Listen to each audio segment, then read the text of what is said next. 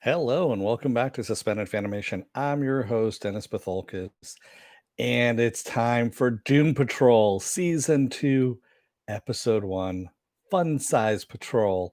Welcome, everybody. Before we get into it, I'm going to take care of a little bit of business first, and then we'll get to it. If you like what you see, like, share, and subscribe. If you're still on the fence about subscribing, you're going to see at the very end of this video a video pop up here. And basically what YouTube does takes the algorithms of all the stuff you've been watching and tries to match it as best as possible. One of the videos in my vast video library just for you and pops it up there. Up here is going to be, is it worth my time? Superman Red Sun is what's going to be up there. If you want to know when I'm going to be on live again next, hit the bell down below. It's a 50-50 chance of YouTube actually notifying you. Best thing to do is go to suspendedfanimation.com. Take a look at my schedule up there. I change it out every week. And also on there is all the links to my social media, including this YouTube channel. Twitter, Instagram, and Patreon. No tiers up as yet on the Patreon. And also links to my Facebook page where my schedule is also mirrored on my Facebook page. And also there's a Facebook group page where you guys can post stuff on and chat amongst yourselves. So before I get started here, yes, I know that DC Universe, HBO Max, whatever, dropped the first 3 episodes of Doom Patrol. I was expecting 2. I wasn't expecting 3. So this is just going to be the first episode only. Tomorrow night after Harley Quinn, I'm going to do episode 2. And then Sunday night, I'm going to do episode 3. So that way we'll be all caught up by the time we come around to next Thursday when episode 4 comes out. So why are they doing this? I have no idea. It kind of has me worried a little bit because normally that's what Sci-Fi Channel did, was they were dumping like 12 Monkeys. They would dump like half the season and then the other half of the season before they canceled it. And it worries me because that's a Sci-Fi Channel tactic, which is NBC. But yeah, it's yeah. Raymond K. Hess says, put on your fun size party hats and roll a fat one because it's DP time. Here's hoping it's just as crazy as first season. And yes, it is. So let's get to it, shall we? Spoiler alert. I'm going to spoil the episode. If you have not seen the episode, go and watch it. Come on back. This will be a video. You can comment down below in the comment section. Thank you, Vacuum Bitch, for the paddle. I'm actually going to leave that down here now. I think that'll be a little bit of a better location. It's too much over there. I can't reach it. I'm moving farther away from my bookshelf. So, Louis Finobi says, hole filled. We are only halfway through. Oh, man. So then you don't realize that, Cliff went back in time and became Niles' father. I don't know how that happened, but it was kind of a weird thing for a first episode. Psych, just kidding. No, this actually takes place right after the, season 1 finale, basically a couple of weeks, maybe after, or a couple days, couple weeks, something like that. Someone didn't read the schedule, I think is what it was. That's been all over the place. So yeah, it basically takes place either a couple days or a couple of weeks after the season finale of season 1 there, and everyone is still shrunk down except for Larry. Larry is still regular size, and he is he's making all kinds of like miniature accommodations for everybody, including little miniature meals and things like that. And Larry actually is okay with this, but everyone else is, not, how should I say this? They're not too mended from what happened with Mr. Nobody. So Mr. Nobody basically fucked with their minds pretty big time, like he does. And of course, the big reveal that Niles Calder was the ones that ruined all of their lives as an experiment in order to help Dorothy, his daughter, who is immortal. And they're dealing now with the ramifications and also being small at the same time. So how Cliff is dealing with it is he is going out in his small size, luring the rats out one at a time, and then punching them and killing them is what he's been doing. Crazy Jane, in the meantime, has been taking Dorothy's medication in order to keep her other friends, her imaginary friends, from getting out, and she has been using to keep the underground under control. And the underground is starting to revolt now at this point too. So they are there's a sign that keeps coming up that says the time for change, the time for change. And we don't know what that means, but obviously it's fairly ominous at this point. Um, Rita is trying to become a superhero. She's trying to have Vic teach her to become a superhero.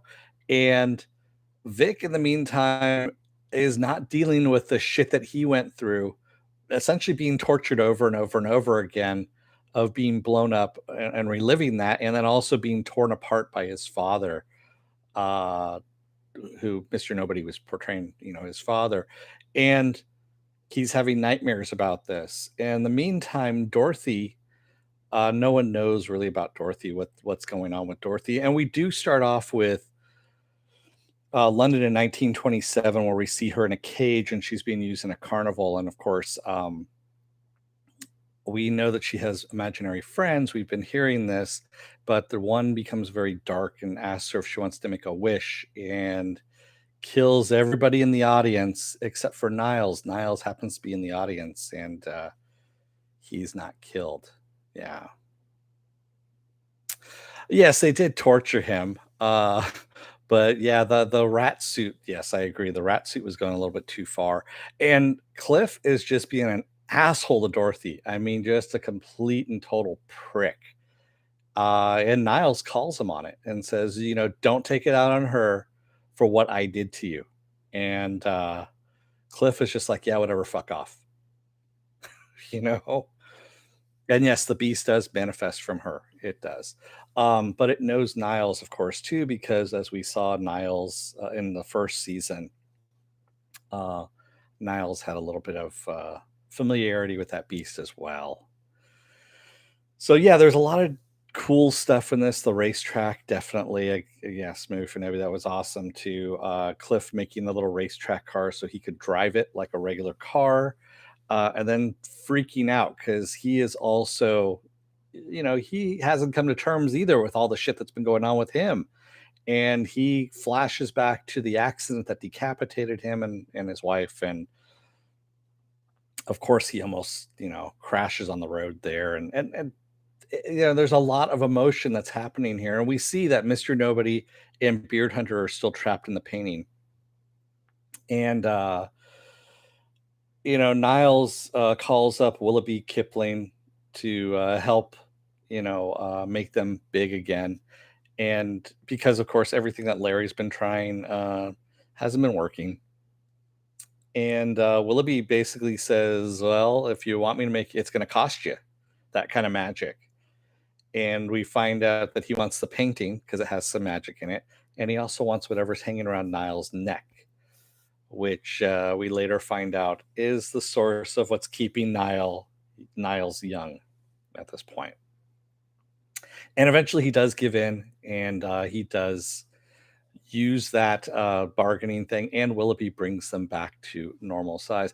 And also, Larry is dealing with his own issues as well. He is the negative entity inside of him is actually showing him all the shit that he did wrong when he was human, and how he basically fucked up one of his kids, Gary, and how Gary committed suicide because of it, because of how fucked up everything was. And Larry actually ends up looking on the internet and looking it up and sees his son's obituary, and it's pretty bad. Yeah, Larry is getting a huge reality check. So everyone is coming to terms with what's happening. Rita, I think, is still running away from her issues because we still haven't dealt with the whole baby thing. Um, and I think this whole superhero thing of trying to save people is her deflecting again and not dealing with this stuff.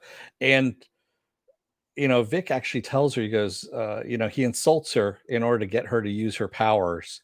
And then he says, that's great. Now see if you can find a way to activate your powers without being insulted, kind of thing. And he kind of walks away from her. And, at one point she actually opens up to him and says, hey, I'm here for you as well. And Vic's like, nope, that's all right. Thanks. And yeah, it's a whole Raymond K. Hess says, will Dorothy, the Wish, and Robot Tin Man have other parallels to Wizard of Oz? Most likely.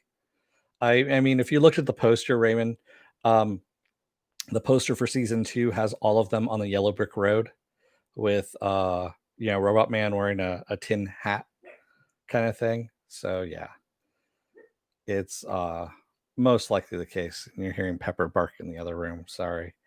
Obviously, something's up and, you know, she's offended by something in the other room.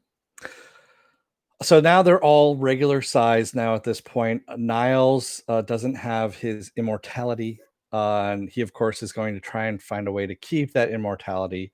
Dorothy now knows about it, and her friend with the imaginary friend with the scary voice, the one that is offering wishes, says that it can help her.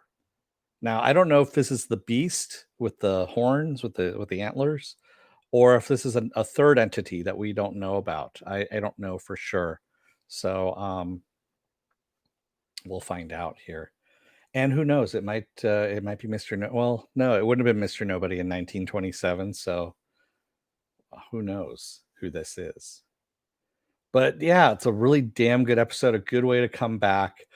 Um, and it just kind of brings all those characters back to the forefront again as to why we like them, and they're still suffering, but they are working through this stuff as well.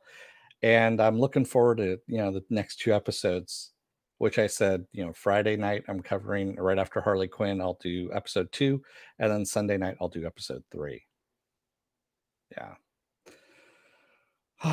So it's good to have some good TV back again. I mean, there's been good stuff here and there, but with all the shutdowns and everything, stuff has been put on hiatus.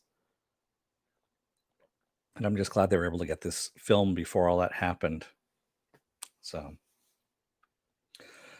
man. And of course, Cliff, swearing, fuck, shit, fuck, fuck, fuck. Man. And also, I have to say, my favorite scene is, Cliff and Jane laying next to Danny the Brick. Danny the Brick, yes. And she's smoking the world's tiniest joint, which Larry rolled for her using tweezers, and talking about pretty much everything and yet nothing at the same time.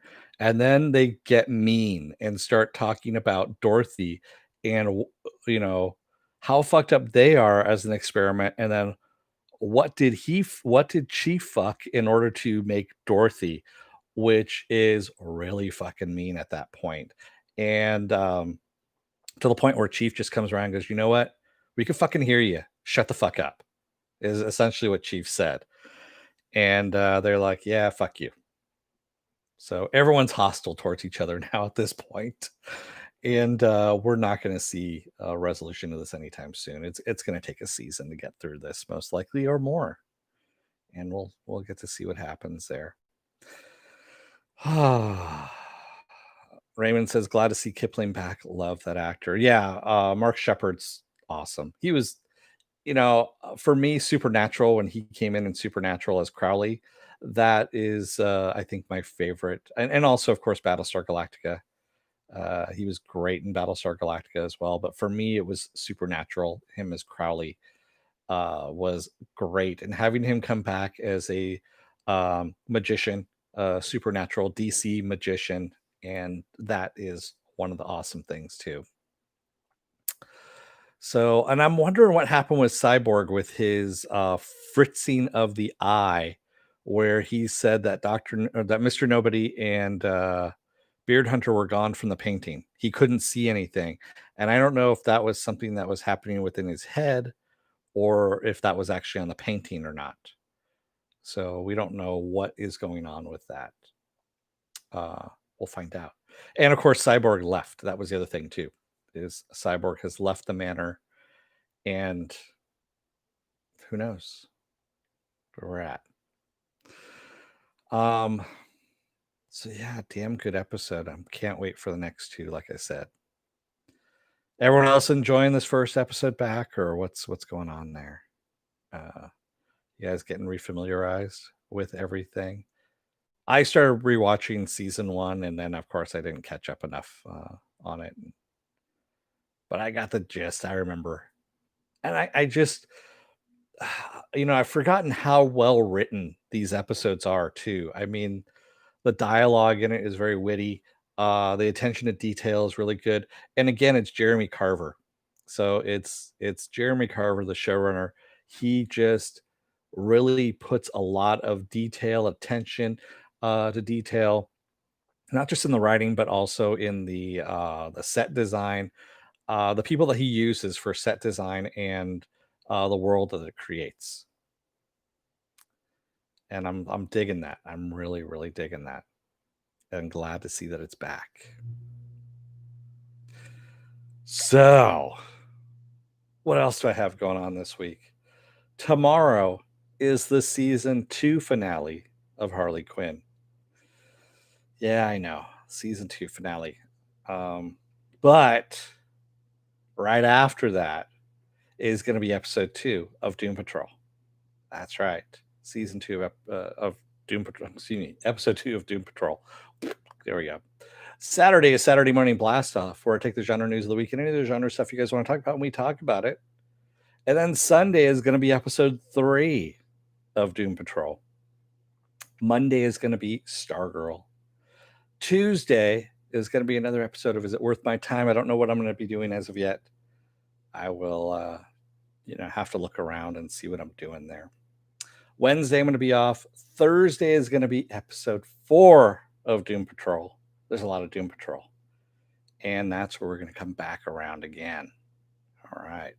Raymond K. Hess says, don't know if anyone noticed, but my avatar has always been the scene where Flex makes them all organ.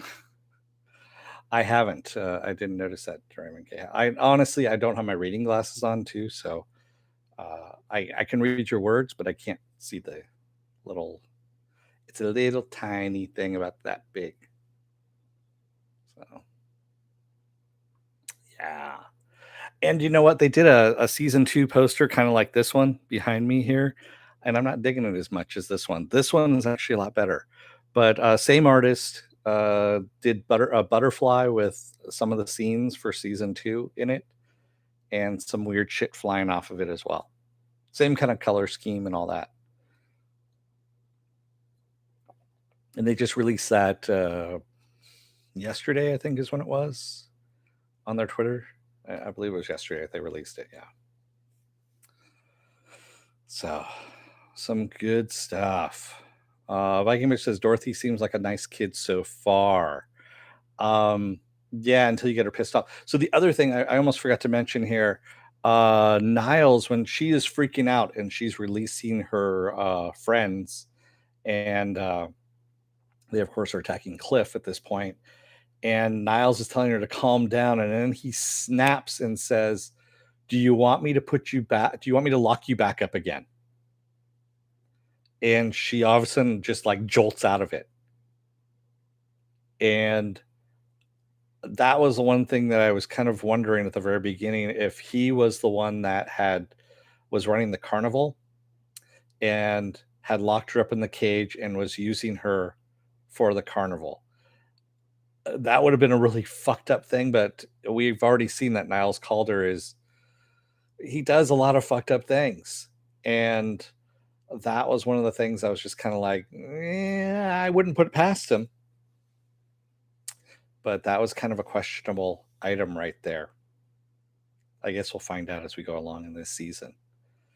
But yeah, I don't think he's all loving, doting daddy that he is.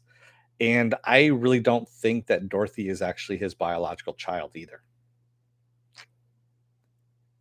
So yeah, I'm fairly sure that's the case.